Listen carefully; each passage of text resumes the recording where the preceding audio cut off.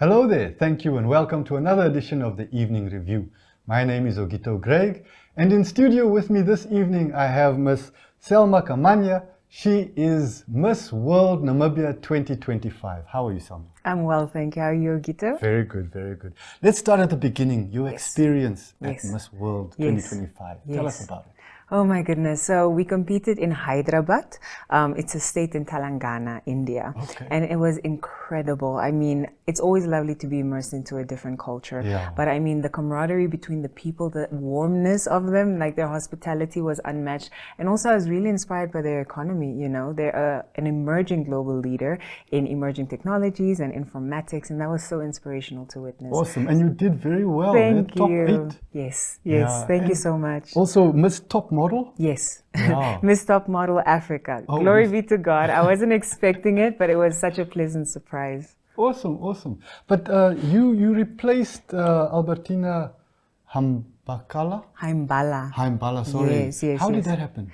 Okay, so the Miss Namibia organization dropped the Miss World license. Okay. And so the International Miss World organization was basically looking to see which organization they could give the new license for in terms of the Namibian context. So they reached out to Miss NGO Namibia, and that's the organization that currently holds the Miss World license. Okay. Yes, and very so interesting. they nominated me and I was able to represent Namibia. Brilliant, and you did so well. Thank you very much. Thank you so much. But there's more to you than a pretty face. I understand you're an economics graduate. Yes, sir. And you also founded InnoNation Foundation. Yes. Tell us about that. The InnoNation Foundation was founded in 2018 when I won Miss Namibia. So I'm also Miss Namibia 2018. And it's just that, you know, I wanted something to live beyond me. I wanted something to work on beyond the crown, because you have your 1 year tenure and then that's it. But I didn't want my charity work to stop. Yeah. And so I founded InnoNation. It operates under the pillars of mental health, women economic enablement, youth empowerment through arts advocacy and technological development, and most recently agriculture. And we just launched a new program under our flagship of InnoNation. It's called the Global Namibia Tourism One project, where we'll be bringing international delegates to come on a 2-week cultural immersion tour of Namibia. Wow. The delegates you mentioned before we started, they are some of your competitors? Yes, absolutely. So there'll be a few of the competitors at Miss World this year. So I'm incredibly excited, and I've reached out to multiple of them, and they are ecstatic to be able to come to Namibia and witness all of its greatness. Yeah, and I'm sure we're all eager to welcome them here. Absolutely. You know, I've received very positive remarks from the Namibian nation so far, and so I'm excited to see it through. Cool. Let's expand a bit about InnoNation and another one of your initiatives, InnoGrows. Yes, sir. Hydroponics. Yes. Well, that's something new, isn't it? Yes, absolutely. Yeah, tell us about it. So this was birthed right after COVID-19. At that time, I was doing soup kitchens with different orphanages and community centers. And we all know during COVID, a lot of budgets got slashed. Yes. And unfortunately, a lot of the CSR funding that corporates allocated to different community centers got slashed at that time. And so we were doing soup kitchens, but I was like, you know, you feed a child for 2 hours and then they go back to a home with no food. And I was like, you know, we need a more sustainable solution to this. And I've consulted with many people, my mother being one of them, and we came up with the idea to install backyard gardens in orphanages and community centers specifically. Okay. So that's how it was birthed. So you do backyard hydroponics? Backyard hydroponic gardens, yes. Eventually, I want to install an aquaponics garden. It's a bit more intensive in terms of the tech and the security measures, but it's definitely one of the aspirational things that I want to do in future as well. And the hydroponic gardens, are people getting comfortable with it? I mean, it's fairly new here in Namibia. It is fairly new, but I must say that it's so intriguing to people, especially the children at the community centers. They are excited to learn about the technology behind it, and then also they're excited to see their seedlings sprout into into a big shrub of lettuce or a big shrub of cabbage within this kind of like pole, right, that facilitates it. So I would say that, you know, it is fairly new, but people are excited to embrace it. And so one thing that we know at InnoNation is we definitely need to impart the agricultural education in addition to the system, and that's what we're currently busy with doing. I'm writing my first agricultural children's book, as well as a manual for the caretakers of the facility. Wow, that's awesome. Thank you. Okay, let's go back a bit to beauty pageants. I mean, you've got a lot of experience now, and you've had success. But do you think that beauty pageants, do they serve the purpose? And would you encourage other young people, young women in particular, to enter? You know, Gita, I'm going to be honest with you. Before I did Miss Namibia, I didn't think beauty pageants served a purpose. I was like, what's the point? But, during the process, I realized how much of a social catalyst beauty pageants can be. And, you get the term of being a role model and someone that people look up to. And I would say that for the youth of Namibia, they do need something to aspire to. And they do need people to look up to inspire them to do better than their current circumstances. And so I do see the relevance of it in this day and age. Specifically for me, I view this as a platform to drive the social projects that are close to my heart, and I have the ability to do so because I wear a title. I mean, you don't need a title to make a difference, but it does amplify your voice. Yes. And I intend to use this voice for good, again, to advance the causes that are close to my heart and that I think are really, really deserving. Yes. So I would say that, I do think that beauty pageants, if administered correctly and responsibly, do play a role in today's society. But you've also had some not so nice experiences in the past. Absolutely. How did you deal with that, and how did you bounce back? I think you take the good with the bad. Every title, every position, it has its fair share of not so nice experiences. But, I do realize that it's important to stay focused on the goal. And my goal is really social work. And that's why I even agreed to be nominated as Miss World Namibia 2025. There are social projects that I really want to get off the ground and things that I want to implement for a purpose that is larger than me. So I think that if you stay focused on your why, the things in your periphery won't matter as much. But I'm not saying that it doesn't get to me. It is a thing that you have to go back to the drawing board about sometimes and just focus on what's important. I'm so incredibly blessed with a family that has become my support system and that reminds me of why I do what I do. And that makes me feel like I can accomplish anything. I'd like you to share some of your experience and some of your advice because, with pageants, but with many other things, you get exposed to the world. And now we are in the age of social media. Yes. And there can be people who can say things and things can happen on social media which can be hurtful. Yes. How do you deal with that, and what advice would you give to others who are exposed to that kind of thing? So during my tenure as Miss Namibia 2018, my national project was actually mental health. And having championed that for that year, I learned more about it, right? I learned about, the causes of it, what it could potentially do. I also learned about coping mechanisms. And I think that, having it almost like as a subject for the year really helped me manage my mental health better. But I also think that, it's important to stay grounded in something that is greater than you. For me, that's my faith. I know that I would not be able to be in this position without God. And I know that my relationship with God, especially this time around, grounds me. So I feel like, everybody needs to find that thing for them that grounds them in who they truly are, in their identity. Because there's a saying that says, if you come to the world and you don't know who you are, the world will tell you. So for the youth of Namibia, I always encourage them, find out who you are, your identity, find out what that spark is on the inside of you, grow it, nurture it, cultivate it, and don't be afraid to share it with the world. Be unapologetic about your expression of it. Because I feel like, you kind of do yourself a disservice when you don't show up as your full self due to fear of what people are going to say or of the comments. And I myself had to overcome a few of these things. But I think that, identity is really the thing that grounds me in knowing that, I'm here for a mission and I'm here to serve a purpose.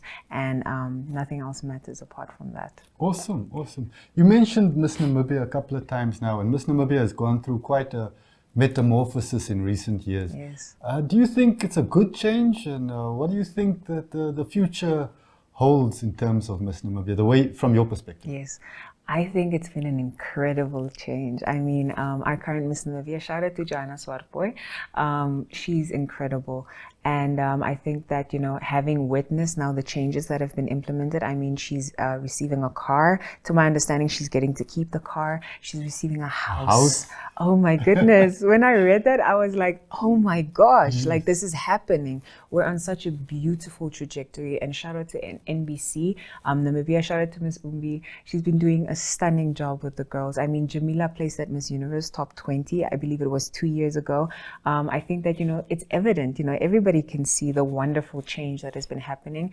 And ultimately, it's just elevating Namibia. Yeah. So I feel like it's one of those moments where I pinch myself and I'm like, what a time to be alive for pageantry. Awesome. This time around. So yeah, I'm super excited to see what else the future holds in terms of Namibian pageantry, but it's definitely on an up trajectory. Okay, and would you be willing to work with Miss Namibia again on future projects? Absolutely. Yeah. I've spoken to Johanna recently. She was actually at my fundraising gala dinner on Saturday on the 23rd awesome. of August. She came to support me, and we had a few conversations about, our different initiatives. And we were like, whenever you need a helping hand, whenever you need like a speaker, whatever it is, call me. Yeah. And it was such a beautiful moment.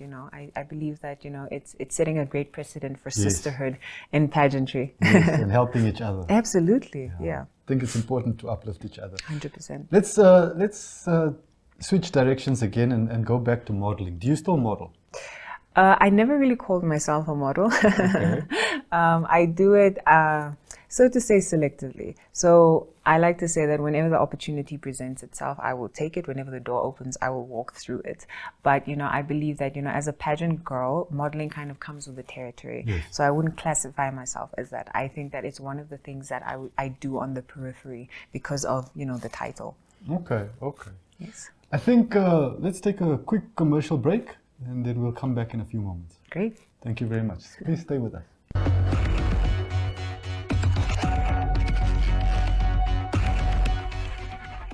ITSA is 'n echt Namibiese inisiatief. Ons reis op die hartklop van Afrika en vertel stories van mense en hul dorpe op verskeie platforms insluitende televisie en sosiale media. Dit is joune, syne, julle en ook almal van hulle aan die ander kant van ons grense sinne en dit maak van ITSA 'n lekker ding. Kyk ITSA Woensdae om 20:30 op NTV, oneup2.com, asook op Netwerk Media Hub en NTV Afrikaanse YouTube kanale.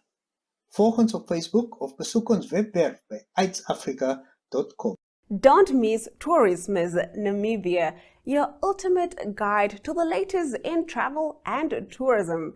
We explore breathtaking destinations across Namibia, keep you updated on the latest news in the industry, and we focus on an interesting topic in Namibia and beyond its borders. Don't miss our program every Sunday at 6 p.m. in Namibia on our DSTV channel 285, our GoTV channel 25, and you can also stream it online on our website oneup2.com/ntv.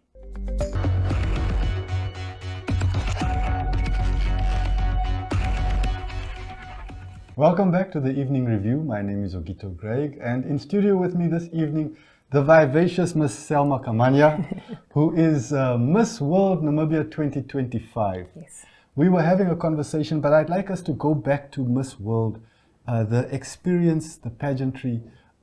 What was it like being on that stage? I always say, when you're on a stage at a pageant, you're not really representing yourself, you're representing a country. Yes. And even when they refer to you internationally, they don't call you by your name, they call you by your country. So they say, Namibia, come here. Okay. So I was very cognizant of the fact that it wasn't just me stepping out on stage, it was 3 million Namibian people. And what I focused on was to represent Namibia as authentically as I possibly could. I said humorously, I wanted to bring Namibian flair to the international stage. And so that's what I tried to do. I tried to showcase Namibia for all its beauty, for all its brilliance, and for its potential on the international stage. Yeah. And just for interest's sake, what's the reception of people out there? What's their impression of Namibia in general? I think that, it is the, oh, you're from Africa, the wildlife, it's the Etosha experience, basically. But I think that, pageant girls play a big role in shaping that because you have a unique opportunity to educate when it comes to that and also share what your country's like, what it's about. So, I continuously shared about our beautiful landscapes, obviously about our wildlife, but I also think that, I touched on our people, the warmth of the people, the hospitality that the Namibians carry on the inside of them, and I urge them all to come visit. it. Did you make any friends? Are there Absolutely. any countries, girls that you remember? Yes, absolutely. So I was roommates with Miss South Africa. She's Okay. still so dear to me. I mean, I made friends with Miss Zambia, Miss Somalia, Miss Angola was really nice. You know, I like to feel like I have 100 global sisters now. Wow. Because we all have each other's contact details and stuff like that. So it's very cool. Are you on a WhatsApp group? Absolutely. Awesome. But of course, this wasn't the first time you are former Miss Namibia. Yes. 2018. 2018, yes. Yeah. And I imagine your life has changed a lot since then. Absolutely. Can you share with us how has your life changed since that first victory? So funny story, I never really planned on entering a pageant. You know, I give the credit to my mom. She asked me about 3 to 4 years consecutively, and I said, Mom, it's not my thing. You know, I was a tomboy. I did the jeans and sneakers type of thing. That was my most comfortable state of being. And 1 year I gave in and I was like, okay, you know what? Okay, Mom. But I told her, when I don't get in, let's put the subject to rest. And to my surprise, I won.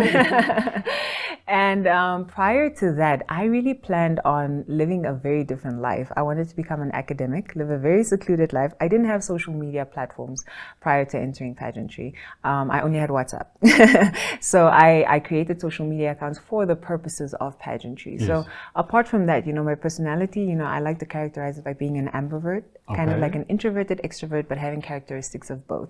And so after competing in Miss Namibia, you know, I think that it birthed my true purpose, which is being a public servant. And this is a testament to me starting my foundation, the InnoNation Foundation. I think, you know, when you have your year of reign, you have the unique experience of going to the different communities, going to different centers.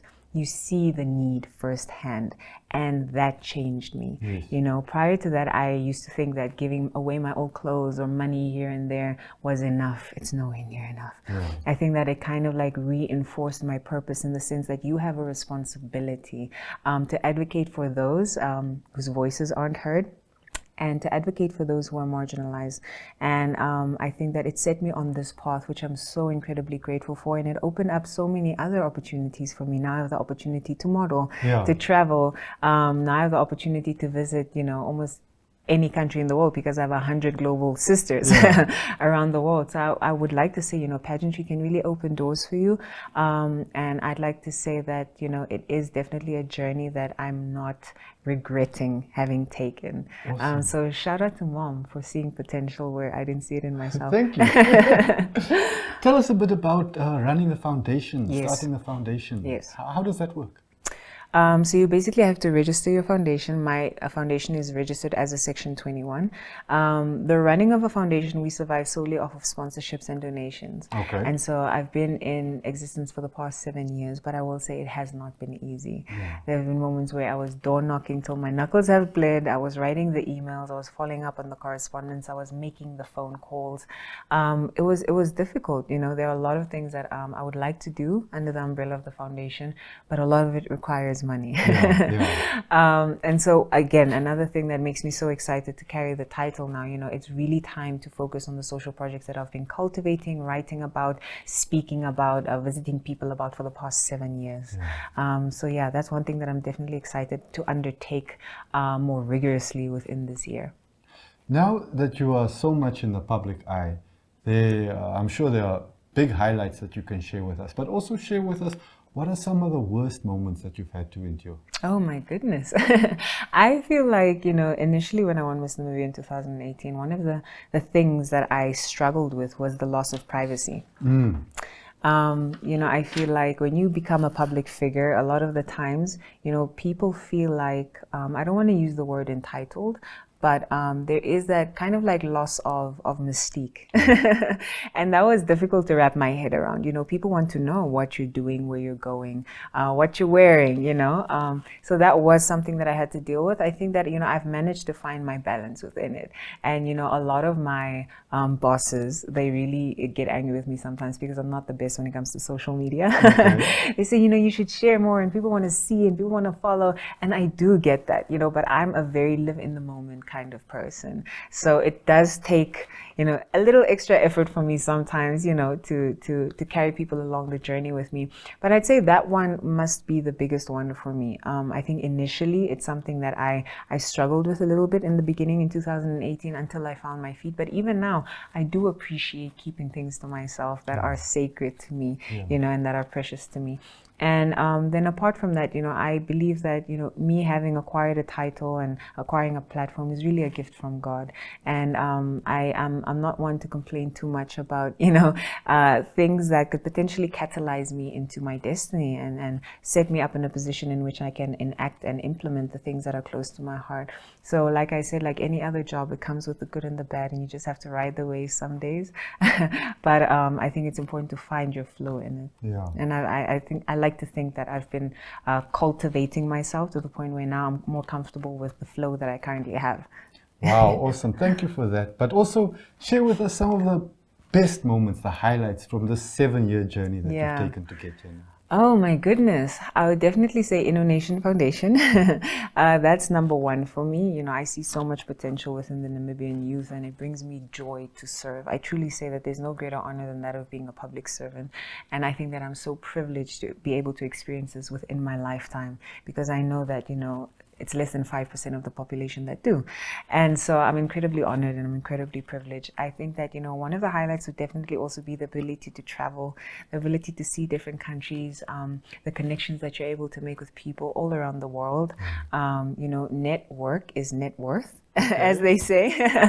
And I feel blessed. I feel blessed and privileged. And also, I think that, the platform that pageantry affords you is really, it's a platform that requires you to dig deep into yourself and really challenges you to bring out the best version of yourself. For instance, if you struggle with confidence, you almost like what comes with this job is public speaking. Yes. So for the lack of a better word, you're forced to do public speaking, but then you kind of like find yourself within that and say, wow, I actually have the potential and the ability to do this and to do it well. That was my story. Okay. So I think that, in terms of self-development, it has developed me into a woman that I like to say that, I aim and strive for wholesomeness in all spheres. And it also pushes me because I was a person that didn't take a lot of risks in my life. I like to play it safe.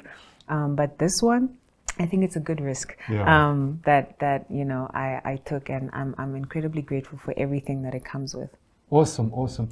You mentioned social media, and there are also dangers attached to social media. Yes. Especially for young people, Yes. young girls, but also young boys. Could you give us some advice as how to steer clear of the dangers of social media? And because our time is limited, Yes. I'd like us to end off with, you've also acted in a movie, Lubinda. Yes. I want to find out a little bit about that and whether you're going to be acting some more. Oh, that's incredible. You've done your homework. So the dangers of social media, absolutely. I think that, again, bringing the quote, it brings the quote to life. When you come to the world and you don't know who you are, the world will tell you. And unfortunately, we know there are two sides to social media, right? There's the good and there's the bad. So when it comes to public opinion, I'm blessed to have been able to keep a level head when it comes to that, because I know that, people are kind of fickle. One day they like you and then the next you say something that they don't agree with and they're on the fence about you, So I always knew that, me placing my sense of self-worth in that is a recipe for disaster. Okay. And that's why I made so much emphasis on, having a strong support system around me, which has been my family, has been my saving grace. And then God, my relationship with God. But, my advice to young people out there is, take it with a grain of salt. Social media is quite literally a fake reality. And I believe it's important to focus on your current reality in order to find out, who you are, what you have on the inside of you that can positively contribute towards our human population, and then pursue that. Social media is a byproduct of your purpose. It's not your purpose. Excellent. Okay, let's quickly move on to the movie. Yes. Lubinda. Yeah. Yes. How did that come about? So I'm good friends with Leon. He's a director in Namibia, and he reached out to me to audition for the role. So I went in not really confident. I was like, okay, cool. See, I'll just do it for the fun of it, maybe, and for the experience. This was around the time that I was really looking for different opportunities within the entertainment space. And acting has always been something that intrigued me. And I believed that, at that point in time, that if I tried hard enough, I could actually be, all right at it. Okay. And so Leon and I had a relationship. He called me to audition. I got the call back, and the rest is history. It was an incredible experience. Awesome. And much respect to the acting and entertainment and film industry in general. People put in so many long hours there to get, the perfect image or the perfect production piece, and I have a lot of respect for the industry. So it was an incredible experience, and like I said, if the opportunity comes knocking at my door, I will walk through it. Thank you very much. Thank you so much. Thank you very much for joining us. That's it for the evening review this evening, but tomorrow evening we'll be back.